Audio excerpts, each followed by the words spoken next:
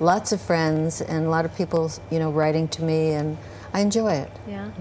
I enjoy it a lot. Yeah. I thought it was going to just last 6 months, but...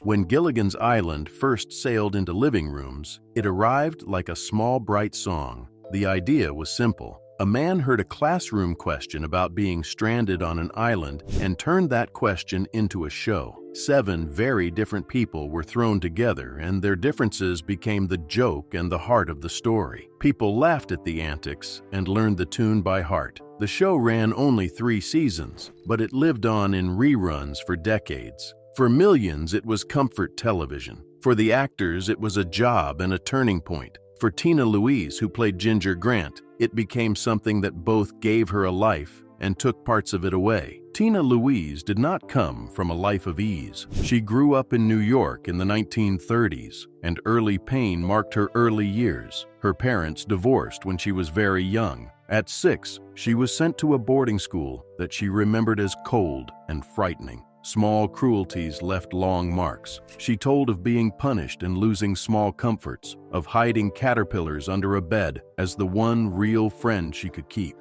Those childhood losses shaped her. She learned early that the adult world could be harsh, and that attention and affection were not always there when a child needed them. Those memories stayed with her even as she moved into the bright public world of theater and film. She began working early. At 2, she appeared in an ad for her father's candy store. By her teens, she was serious about acting. She trained at the neighborhood playhouse with teachers who taught her to bring truth to a role. Broadway offered her parts, and the movies came soon after. In the late 1950s, she found work in films and modeling. Her looks opened doors, but she wanted craft as much as attention. She studied with noted teachers and kept pushing herself into serious roles. That dedication mattered. It was part of why she would later feel so frustrated when one role began to define everything people expected of her. When Sherwood Schwartz cast the 7 strangers on a tiny island, he wanted a mix of types who would clash and bounce off each other. The show ran from 1964 to 1966 and produced 98 episodes. The characters lodged themselves in the long memory of viewers. The professor, the skipper, Gilligan, the Howells, Mary Ann, and Ginger became like a family in a box of sand and palm trees. The actors who played them carried that image for the rest of their lives. For some of them, the show felt like a gift. For others, it felt like a chain. Tina stepped into the role of Ginger as a glamorous movie star washed up on a small island.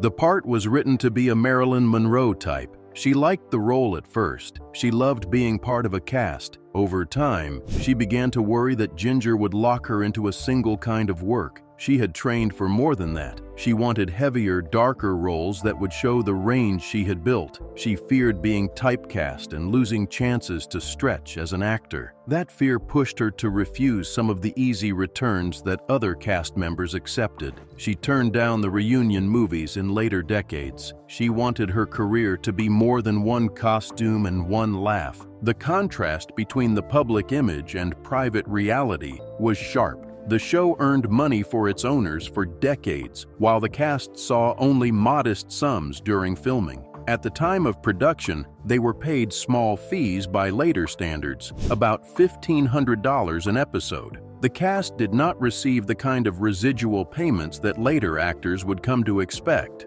That economic reality stung. For someone who had felt small and overlooked as a child, learning that a show she helped make would keep paying its owners while the performers saw little was a bitter lesson. It became part of why she wanted distance from the part. She loved playing Ginger in some ways, but she also wanted to be treated fairly and to be seen as more than a glamour icon. Her co-stars followed different paths, and over time, one by one, they left. Jim Backus, who played the millionaire, had already had a long career and battled Parkinson's disease late in life. Alan Hale Jr., the skipper, opened restaurants after the show and then died after a cancer diagnosis. Bob Denver, who had earlier fame and a public face as Gilligan, faced health struggles and passed away too. Natalie Schaefer, who played Lovey Howell, kept working into later years before she died as well. Dawn Wells, beloved by many for her gentle Mary Ann, continued to meet fans and support causes until her death in late 2020. Russell Johnson, the professor, had a steady career and later died in the 2010s. Each loss closed another page of the island's story. For fans, the deaths felt like the end of old summers and shared laughs. For the cast, they were deeply personal losses of friends and fellow artists. When the last of the co-stars passed, Tina found herself in a role she had not planned on playing. Being the final surviving main cast member turned her into a holder of memory. Fans wanted interviews and stories, documentaries called. Letters arrived from people who had watched the show with their parents when they were small, or who fell asleep to reruns in lonely nights. Gratitude and nostalgia poured in. She answered some letters and declined others. She attended a few public events, but she kept much of her private life private. To be the living link to a beloved show mattered in one way.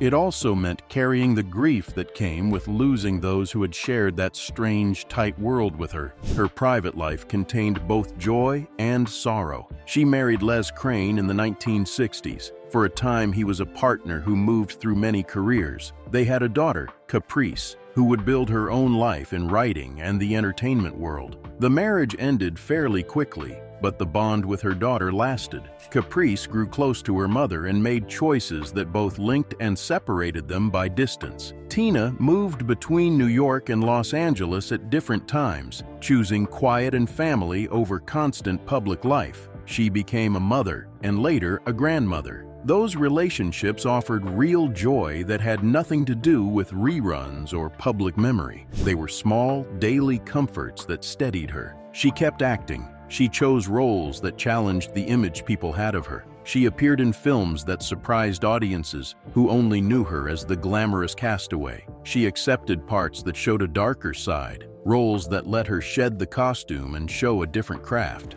She also returned to stage work and kept studying the discipline of acting. Even when the public could not see everything she did, she kept working on her art. That persistence mattered to her. It was a way of saying she was more than Ginger, and that the work she had built was not a one-note thing.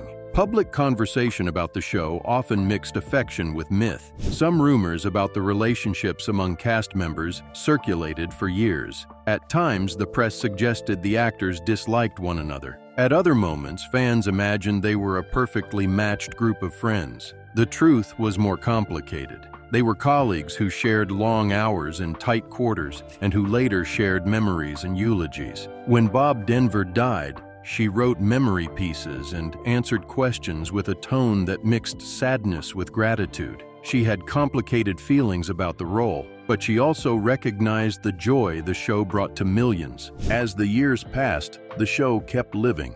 New generations discovered it. Parents put it on for kids. Vintage channels and streaming gave episodes new life. The tune and the jokes moved across time. That continuous life of the show meant that she remained part of popular culture in a way few actors do. It also kept the spotlight on issues she had long complained about, like the lack of fair financial recognition for the cast. She used some interviews to point out the unfair deals of the era and to advise young actors to understand contracts and residuals. The unfairness that the cast experienced became a lesson she wanted to pass on. Being the last surviving cast member came with practical realities. Age brings health worries and changes. It brings questions about money and how the work of a lifetime will be remembered and managed. It brings day-to-day choices about whether to accept public appearances and what to say publicly. She made choices that protected her privacy and that honored the memory of friends. She accepted invitations to speak and teach. She wanted young actors to take their craft seriously and to protect themselves from the kind of deals she had once received. Her story is not simply a sad ending. It is a long arc of survival and small victories. She survived a lonely childhood and crafted a career from hard work. She continued to push for better, to choose hard roles, and to say no when something felt like a trap.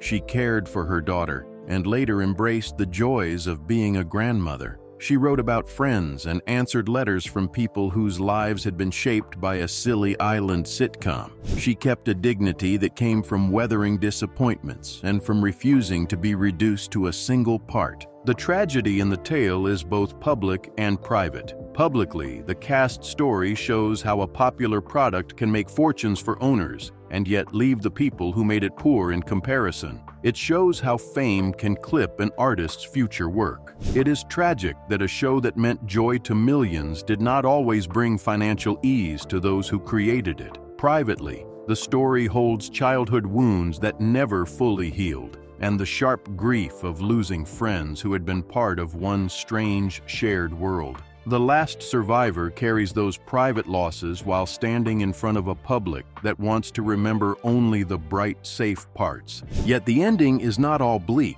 The very fact the show continued to comfort people for decades is a kind of reward. Letters arrived saying a line from the show had helped someone through hard times. Fans who had watched episodes with grandparents passed the episodes on to children. The tiny island that was once a soundstage became a small shrine of shared, simple joy. That gift mattered. Tina accepted that paradox. She recognized the show's power to bring happiness. She also asked to be seen as the whole person behind the bright dress. In the quiet places of her life, she found meaning. She lived close to family and took delight in small domestic things. She walked in the city and visited theaters. She taught younger actors and shared what she had learned about the trade and about how to guard one's life from being consumed by an image. She refused to let the narrative harden into something that erased everything else she had done. She shaped stories about her career that included the hard parts and the good parts together.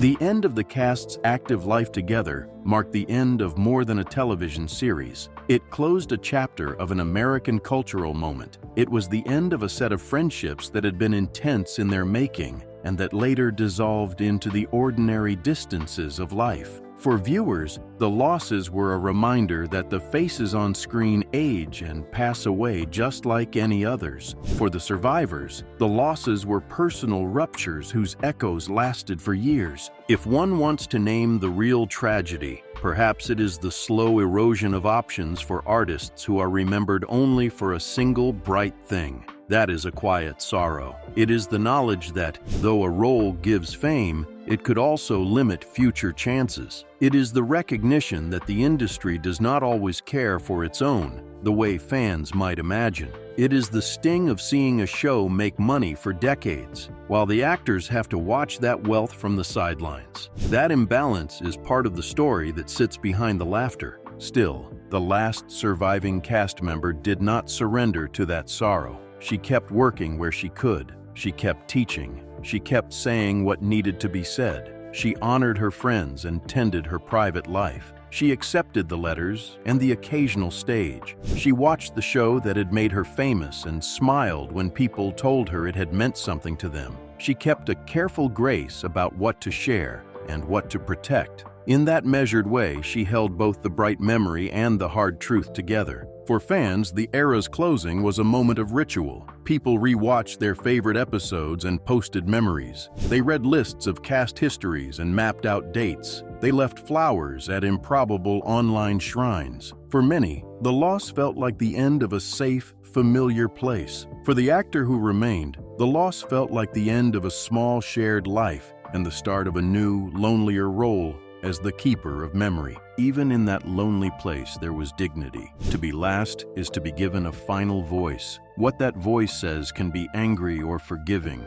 loud or quiet. Hers was measured. She asked people to remember the whole person, not just the glittering costume. She told young actors to fight for fair work. She accepted the joy the show had brought to people. She honored the friends she had lost. She carried the long view, the one that sees life as a mix of hurts and gifts. In that view, the tragic ending of an era becomes a human story about memory, survival, and the slow making of peace with what one has both gained and lost.